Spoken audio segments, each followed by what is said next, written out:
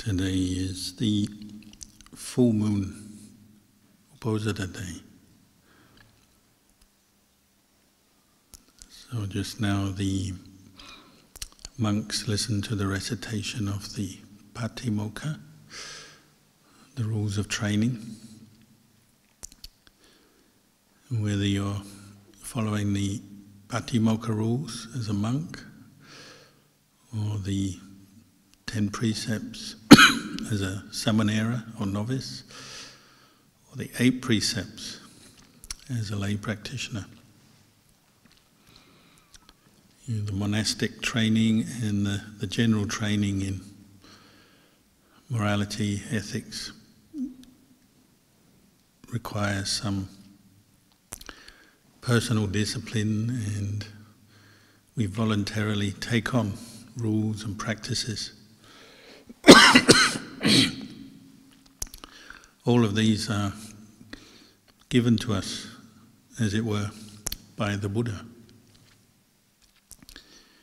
The Buddha had an enlightened mind, and he saw the value of helping people who are coming from a place of unenlightenment, ignorance, craving, attachment.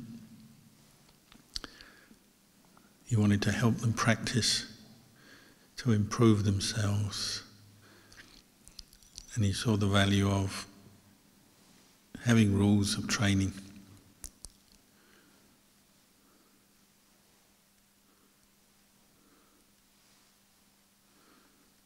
For a Buddhist monk, they actually many rules more than just the Patimokkha. The Patimokkha has 227. There's many more than that. And our teacher, Ajahn Chah, once discussed this with his teacher, or one of his teachers, Lumpur Man,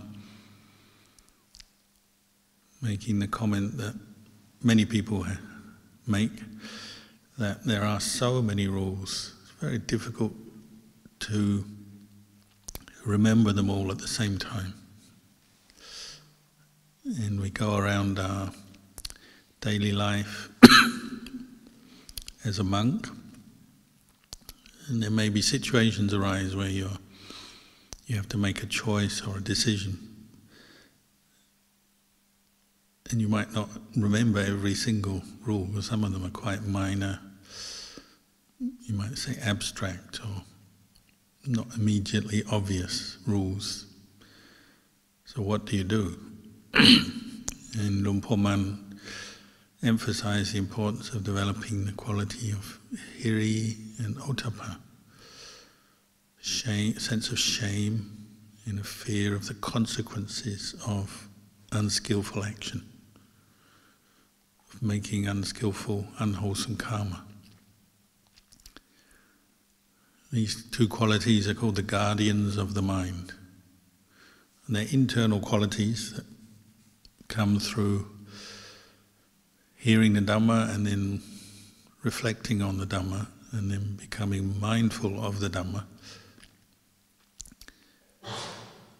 Later, Ajahn Chah said these 2 qualities are a bit like your internal parents. So when a young kid is growing up, they depend on their parents to guide them in what is good and bad, what's useful and beneficial for them, and what's not, what's harmful. Out of love, they want the best for their child. So hiri ottappa are a bit like the internal parents in your mind. Your own wish out of kindness, compassion for yourself as a human being. You want what's best for you. So these qualities are there, kind of guarding, protecting you, because we don't always know what's going to come up in our mind. We don't always know what's coming up in life, what lies ahead, the different situations that may be lying just around the corner. But if we have these 2 qualities, then we have something to rely on in any situation, because they make us careful or heedful And this is another quality the Buddha emphasized over and over again in training the mind. Heedfulness. Taking care not to create suffering out of nothing or unnecessarily for ourselves or others. So if you have hiriyottappa, shame, fear of the consequences of wrongdoing, active in your mind, it makes you careful, heedful. And even if you don't remember every single rule or practice, especially in a monastery, these qualities will help you, direct you in the right way of practice. And if, say, another person reminds you of a rule you've forgotten, or you point out something you didn't know, if you have hiriyottappa, generally you respond correctly. You say, oh yeah, I forgot that. And you want to learn, you want to do something that is good for you and good for others. So you may take that reminder and then practice with it. It makes you mindful. Of course, our first reaction if someone reminds us when we're making a mistake or we've forgotten a rule, then we often feel annoyed. Our sense of self, pride, conceit is stirred, and we sort of possibly have a reaction. Who are you? What are you saying? Who are you to tell me? And that's very common in the world, in society. But if you're intent on training your heart to abandon mental defilements, purify your mind, to go beyond greed, anger and delusion, then the hiriyottappa are very essential qualities to develop.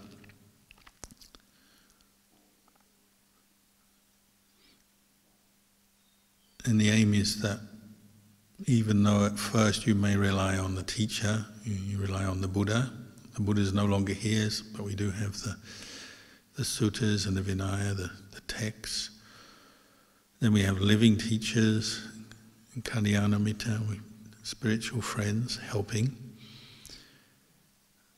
The long-term aim is to develop your own internal wisdom and understanding. You internalize these qualities like hiriyottappa so that you can teach yourself.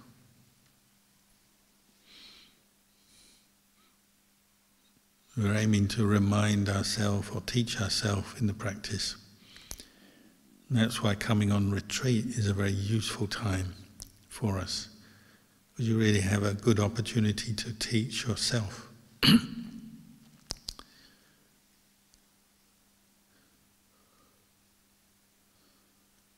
In order to teach yourself, you need to develop certain qualities. So number one might be mindfulness, and number two, the ability to reflect or turn your attention inwardly to watch your own mind and to know your own intentions, your thoughts, what you're doing at any time, and then be able to reflect on it, to see whether it's helpful to you as you practice the path or not, whether it's conducive to good relations and harmony with other people or not. These two aspects of the practice go together. So like just now when the monks, we sat down and listened to the Patimokkha discipline. The Buddha gave us a rule. He said you have to sit close together within Hattapasa, which means within one arm span of the next monk, so very close together. And you notice if you ever fall out with someone, you know, at work or in your family or something, it's quite hard to sit down close with them because you don't want to be with them. Sometimes we say, oh, I can't even be in the same room with that guy, or I can't even be in the same place. Some people can't even think of someone they don't like. They don't want them around in their mind, let alone in person. But for monks, we learn to set aside our preferences and do the right thing, practice in accordance with the Dhamma, the Vinaya. What they call Dhammanupatipata, practicing in accordance with the Dhamma. And that means practicing to promote the good qualities, the skillful qualities of mind, like hiriyottappa, mindfulness, wisdom, and to abandon preferences, which may just be following our moods or our likes or our dislikes. So if you have to sit down closely with other people, and you're setting aside that voice or preference that says, oh, I don't want to be next to this guy. So you have to rise above your preference in that situation, if you have one. Hopefully you don't actually think like that, but you never know. Sometimes you do. Dhamma practice is like this. It's teaching us to rise above, or get to know and then rise above our preferences. It's a very big part of the practice of meditation, practice of sila, practice on a retreat. You set aside many of your preferences and you follow the precepts, you follow the rules, you follow the schedule. You're living in a place where you can't follow your preferences all the time. Very simple accommodation. You don't choose the food chooses you. You just have to eat the food that's provided. You don't choose the weather. Sometimes the weather is conducive, just the right temperature, the right feel, but sometimes it's not. Too hot, too cold, too wet, too windy. One of the first things you're learning in a retreat is to be mindful, and your preferences will come up, but then a lot of the time you're setting them aside. So over and over again, the Buddha, Ajahn Chah, all the teachers, they emphasize this quality of patience, endurance, resilience, and then mindfulness. Because when you practice mindfulness, you're developing equanimity, learning to keep your mind more in the middle towards the different conditions, rather than just always following your preference, your like, your dislike. So if you say you go to pick up your food, your meal for the day, you might find some food that you like, makes you feel good to see that, to have that on your plate. But there may be some food you don't know, maybe you just feel neutral. And there may be some food that you don't like the look of or the smell of, but you have to accept that this is what's there. This is the person in training. Say if you're a monk, you have a bowl. If you're a layperson, you have a plate. But it's different from living at home, where you pick and choose according to what you like and don't like. So you naturally are becoming mindful, and you may see certain reactions that come up, but you say, oh, okay, I'm just going to have to live with this. It's just a thought, a feeling, and you set it aside. Of course, if something really doesn't agree with you, if you're allergic, well, you don't have to eat that thing. But if it's just a matter of preference, it's a way of training, isn't it? To get to see your preference, but maybe ignore it with mindfulness. If you ignore it, what does a preference do? It fades away. It may return later, but if you don't indulge it, you don't hold on to it, it will fade out quickly, and you'll see, oh, it's impermanent. So if you read the Satipatthana Sutta, or the words of the Buddha teaching mindfulness, you hear this phrase, you're setting aside preferences for the world, delight in and aversion to, or delight and grief for the world. You're doing that, you're following the Buddha's instructions when you become mindful of your likes and dislikes and you set them aside. whether it's to do with food or people or the weather or your own body. And sometimes your body is aching, you're not happy, sometimes it feels good, you're enjoying it. Everything can stir up our likes and dislikes. But now we're practicing with mindfulness to know that. You don't have to form an opinion and fight your likes and dislikes as though they're enemies and you turn on yourself, but you have to know them.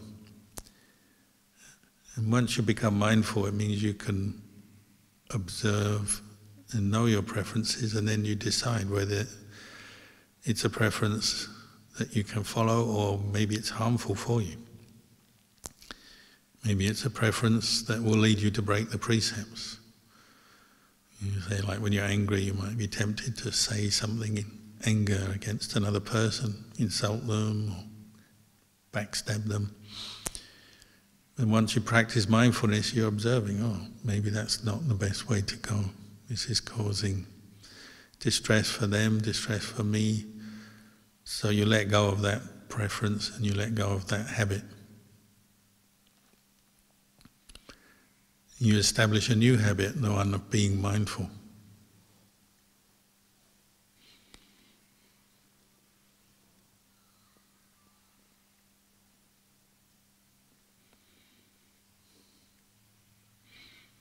To do that, you also, not only do you need mindfulness, you need energy.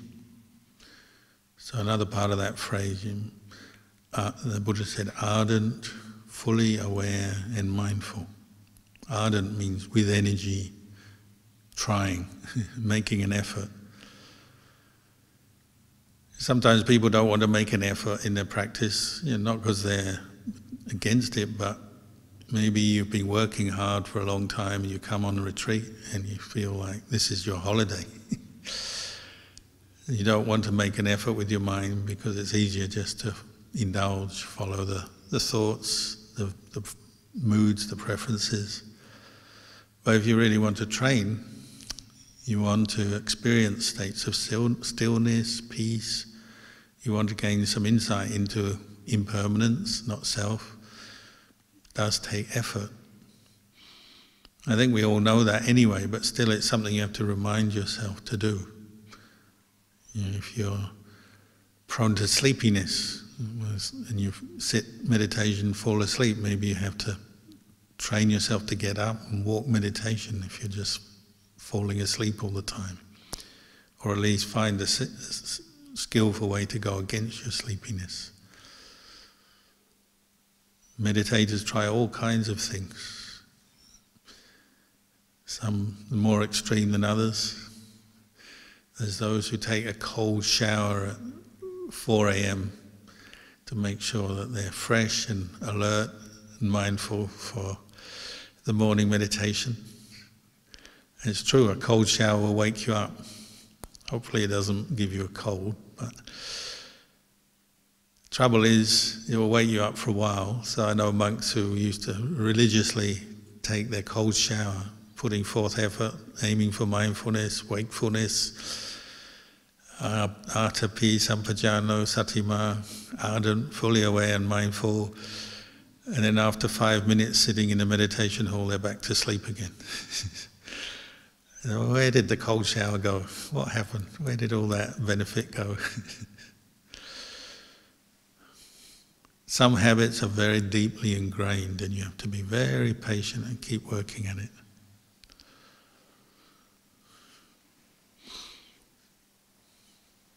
Some people get really strict with themselves over certain things like sleep or food, or how long they're going to sit, how long they're going to walk. All kinds of rules. Sometimes we make extra rules for ourselves and they can be useful. But you also have to be very patient and use some wisdom maybe to help you in case the thing you've determined to do is not yet bearing fruit. You may take on a rule and practice noble silence, not going to talk to anyone, endure all your friends looking at you, giving you bad faces because you're not talking to them. And then you finish the retreat, start talking again and realize, you're just as unmindful as before. You may feel disappointed. Or some people go without sleep, maybe go like on New Year's Eve, we practice late into the night. People say, I'm going to stay up all night. And then the next day they're very grumpy because they didn't get their night's sleep. We have to be ready for that. There'll be pushback from our own mind. We call that the pushback from the kilesas. So you give up something over here, trying to train yourself, but then over there, something re-emerges. It's very easy to become despondent or disappointed with yourself. So that's why you need patience. Keep working at it. And you also have to have the long-term goal. We're practicing for our long-term welfare and happiness. So don't get too concerned if short-term you have a little bit of discomfort, mental discomfort, your mind's not peaceful, physical discomfort. That's normal. And it may take a while before you see some really good results from your practice. You have to accept that. If you're practicing on and on, well, sooner or later you'll notice things. It may take weeks, months, even years. We know the Buddha himself made his first determination to become a Buddha when he was Sumedha, the hermit, and he lay down and invited Dipankara Buddha to walk across his back as he covered the muddy puddle as an act of respect, appreciation for the Buddha, and then made his wish, I want to become a Buddha like this Buddha. And then from then on took 4 asankhayas and 100,000 kalpas, which put simply means a long time, many lifetimes, millions of lifetimes. The Buddha didn't do it all in one night. We say that, don't we? Say, oh, the Buddha, one night under the Bodhi tree got enlightened. And that sounds attractive if we can do it all in one night. But that was one night built on the top or the back of hundreds of thousands of lifetimes of setting aside delight and aversion for the world, practicing mindfulness, not giving in to his moods and preferences all the time. You're developing energy, effort, mindfulness, clear comprehension, all these qualities over and over again. That's the Buddha, our teacher, and then Ajahn Chah in this era came along and he did the same. Willing to be very patient with his own mind and train it to be mindful rather than following the likes and the dislikes. Another way of looking at it, when you're meditating, practicing, you learn what happens when you follow your likes and your dislikes.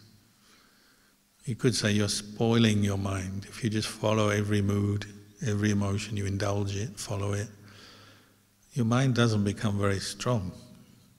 It doesn't bring up mindfulness. In the short term you may feel comfortable because you're following your desire. But in the long run you don't gain the ability to see desire and let it go. And so it kind of rules your mind. So we call desire like the kind of internal slave driver. It's always pushing you around, telling you what to do, where to go. I want this, so go and get this. I don't want that, so get away from that. Try and get this, keep this, and try and destroy, get rid of that. That's the mind that follows preferences, indulges desires. It's not very strong. And that comes through spoiling it in the wrong way. Not using the Dhamma, but just following kilesa, greed, anger and delusion. And the result of that is you don't feel that peaceful or happy in yourself. It actually makes you very agitated, which is not what we're looking for. But then come back and look at the times when you felt peaceful, and experience some clarity, some stillness, and then the understanding that comes from that. What did you do that led up to that? That comes from effort, from patient effort, bringing up the mindfulness, reflecting on the Dhamma, letting go of the preferences, just seeing the preference, but then not following it, letting it go. So like if you are sitting meditation, inevitably you might have the thought, oh, I want to stop, go somewhere else, do something else. You notice at that moment when you want to stop, if you're strong enough, sharp enough, mindful enough at that moment to not follow that preference, it may be the moment you get a little breakthrough where you realize, oh, that desire is just a desire, it's just a thought. If you don't follow it, you carry on sitting, you may have some pain or discomfort, feel tired, feel restless, maybe, but you don't give in. And then you'll notice that thought just fades away because you're not following it, because it's impermanent. What's impermanent is unsatisfactory, is not self. It's just a thought, just a preference, a desire comes up, it's there, it goes away again. And you know that. If you're doing it with mindfulness, you observe that. So then that desire becomes kind of less in your mind. You don't give it so much importance, it has less value, less ability to push you around. So you ignore it. And maybe next time a similar desire comes up, you know you can ignore it, so you just ignore it again, and it gets easier second time round. You can imagine, Ajahn Chah used to be able to sit meditation all night long. He must have gone through so many times where he was tired, fed up, distracted, bored, annoyed, sad, desirous of something else, wanting sleep or wanting something pleasurable to do rather than sitting with his own mind and body. But he didn't give in. So he became very good at being equanimous towards preferences. You might say one of his defining qualities for anyone who knew him, he's very good at just ignoring his own desires. That's probably why he became enlightened. Anyone who wants to become enlightened has to become good at ignoring their own preferences. And they take up the Dhamma and the Vinaya and the way of training as the centre of what they're doing. And then preferences become peripheral, second place. You notice that applies in everything in life, not just meditation for enlightenment, but if you want to do a job of work well, you have to set aside your preferences, don't you? You have to focus or concentrate on that work. You have to think about that job, what you need to do it successfully, all the different parts, all the different needs and requirements of that job. Whatever it takes to get it done, that's what you're focusing your mind on. If you get distracted and go off and do other things, then of course you won't get the job done. Ajahn Chah used to say that regularly, whatever you're doing, give your whole body and mind to that job. And it could be something very ordinary like dusting a shrine or sweeping leaves or cleaning the kitchen or something. Make that the focus of your attention, and then you're practicing the Dhamma in accordance with Dhamma. You're keeping the precepts, you're mindful, putting energy into some useful task, but you're setting aside preferences, meaning defilements, at the same time. So some people, even sweeping leaves, cleaning kitchens, have attained states of samadhi doing that. Their mind has become very peaceful, pure, mindful, and samadhi arises in quite ordinary situations. In the time of the Buddha, just chopping wood, reflecting with mindfulness on impermanence, a monk has got enlightened.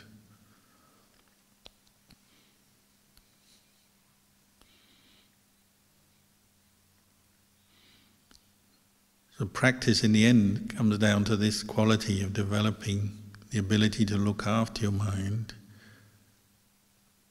put the effort into bringing up mindfulness and setting aside the preferences for the world.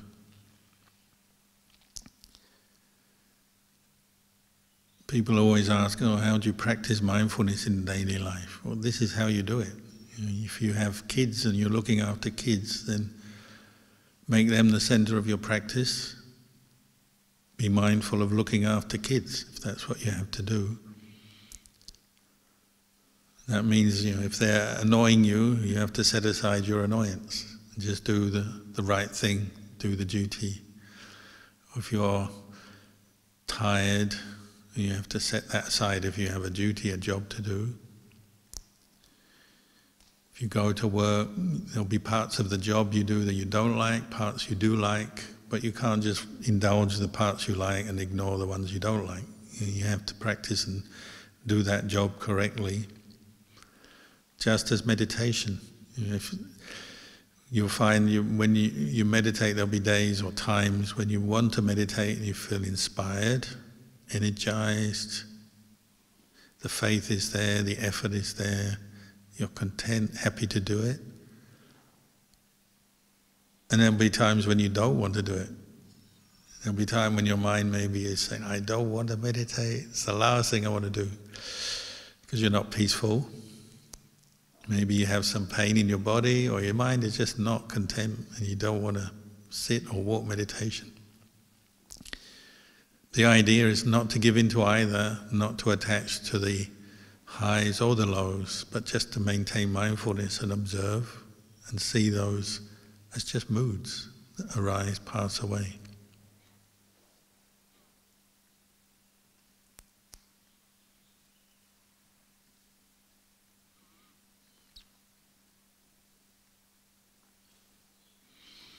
There's always somebody who's very inspired at the beginning of a retreat, and they really try hard the first day or two, sitting, walking, going to do it, going to get enlightened this very week.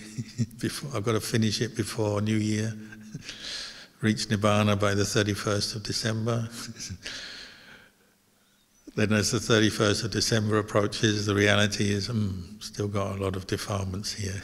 What am I going to do? Then maybe you become a bit despondent. Go home, New Year, back to square one. Sometimes we expect too much. So Ajahn Chah's antidote was, just practice. Just keep practicing. Don't make too many expectations, don't try too hard, but don't give up either. You just keep going. The phrase in Thai is Patibat Lui Lui. Means just practice continuously. Again, we don't know what's going to come up in our thinking, in our body, in our mind from day to day. But you can establish mindfulness at any time, with anything. And then your wisdom can say, this is good, keep this going, or this is bad, let this go. This way of acting, speaking is good, this is not. You make choices with wisdom. You're learning what is wholesome and skillful, what is not wholesome, not skillful. And you become wiser that way. You understand the path of practice better, so you can keep yourself on the path.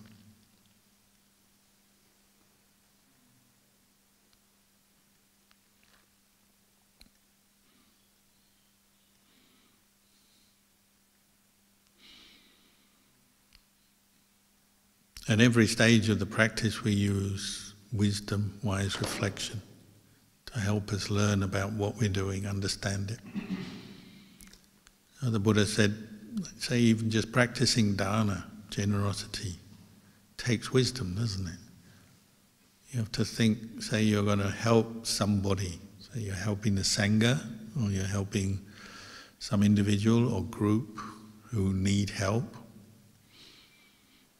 That will take some wise reflection. What's the appropriate gift to give in this situation, this person? What's the right kind of thing? What's the useful thing to give?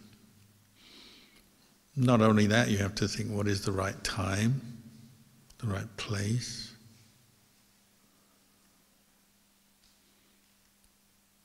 Practicing dana, you're already training in wisdom like this. It brings up mindfulness, reflect, what do I need to do? Sila, the same, keeping the precepts, you need to think about it, how to keep this precept. Maybe you have a weakness, you keep swatting those flies, or you keep telling a lie, or you keep drinking, whatever it is. You have to think it through. What can I do to change this behavior? So wisdom also guides you in your practice. Meditation requires some wisdom. Like before you sit down to meditate or do walking meditation, you pause and think, what am I doing here? What's the purpose of this? What's the meditation object I'm developing? If you're going to the breath, reciting Buddho, or you're contemplating impermanence, you need to remind yourself what you're doing. Then as you're meditating, sometimes you have to review how it's going. If you're falling asleep, you have to alert yourself, oh, sleepiness is coming, what can I do about this? Or you're getting angry, how can I deal with this anger? Or you're sitting there just wanting something, fantasizing something you like, you want, how can I deal with that? We need to also use some wisdom and understanding and maybe introduce Dhamma, different teachings, different reflections to help deal with a particular hindrance or obstacle. Even after you've finished a meditation session, you've been sitting, you've been walking for a while, just reflect, how did that go? How was my effort during that session? What was I doing with my mind? Sometimes we spend a whole meditation session just daydreaming far away. If you want to learn and improve, you have to reflect on it, on the results of what you're doing. Maybe you didn't try very hard, you have to be honest, accept that. Maybe you've got a particular problem that's come up, so you have to be honest, accept that, and then look for a solution. Or if your meditation went well, why? What worked?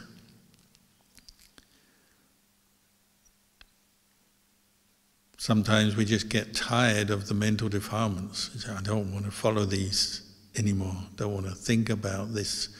Don't want to think about those things that I've been thinking about before. Don't want to disturb my mind with the worries, with the anger. Your mind actually is ready to put all of this stuff down, and you know it. So you do. You put those thoughts down.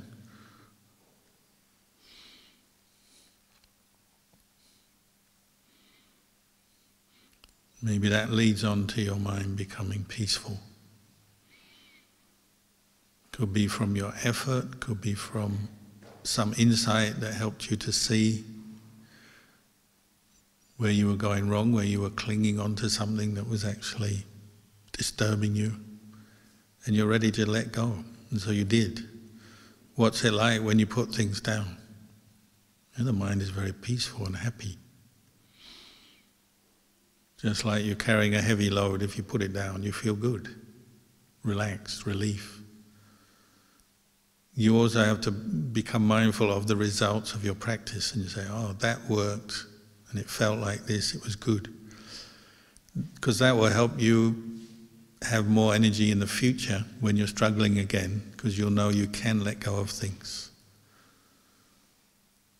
And part of our practice is based on the idea that you're willing to put up with difficulty in order to achieve a higher happiness, the peaceful mind. You know, we all know what it's like to follow distraction and desire, just follow our preferences again, get the things we want, we like, fills the mind up for a little while, think about this, do that, talk about this, do that. But at the end there's not much samadhi, not much wisdom. Sometimes we have to set aside those short-term kinds of happiness and pleasure, or pleasure-seeking, for the higher long-term pleasure. And when your mind achieves a bit of samadhi and stillness and peace, you have to point that out to yourself and say, see, it worked. And this is better than what I had before. And then you teach yourself, don't you? You know, oh, this is better, even though it's hard to achieve and you won't always be peaceful. But when it happens, you know for yourself, this is good, this is better than before. It's inner happiness, which is more satisfying because it doesn't depend on anything else external, no other people. That's why people, when they do attain samadhi, you know, they can be quite content on their own. They speak, they don't speak, they eat, they don't eat, they have their favorite toys and pastimes, or they don't. It doesn't matter. The worldly kinds of happiness are not so important. The gain, the wealth, the fame, the fortune, the pleasures of the world are secondary to the pleasure of the peaceful mind. And if you know that, you reflect on that, that will help guide you in the future as well. Of course, one of the dangers is then you start attaching to your past experiences and saying, oh, last retreat I had this really good meditation, and so you're forever chasing that.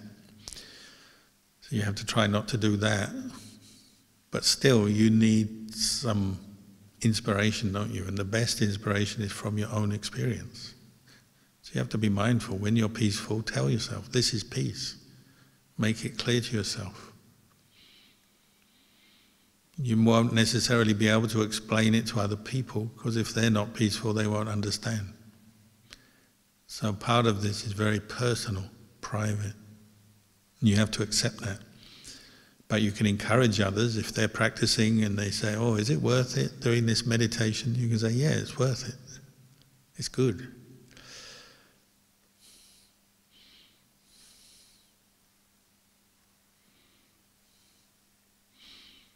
The Buddha himself, after his enlightenment, he's sitting under the Bodhi tree for many days. At first he thought, I don't need to teach this to anyone because it's quite difficult to understand. And there's not that many people around, maybe, who are ready to practice. So I'll just sit here and enjoy the bliss of a peaceful mind, pure mind. But eventually the compassion came and he did start teaching. He didn't have to, but because of compassion, he saw that there were people who could practice. It's worthwhile. So he went around teaching for 45 years.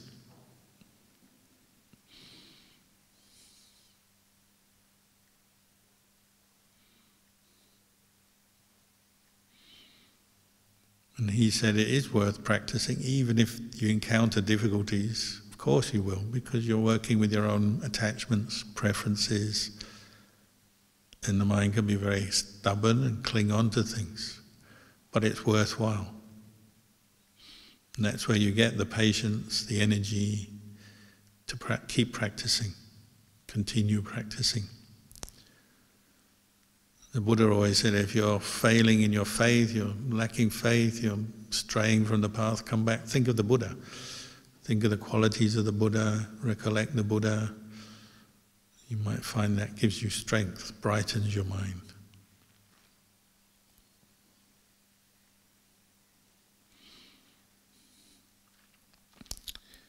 So we have a little bit of time left for this session. I'll leave the talk there and we can just quietly meditate until the end of the session.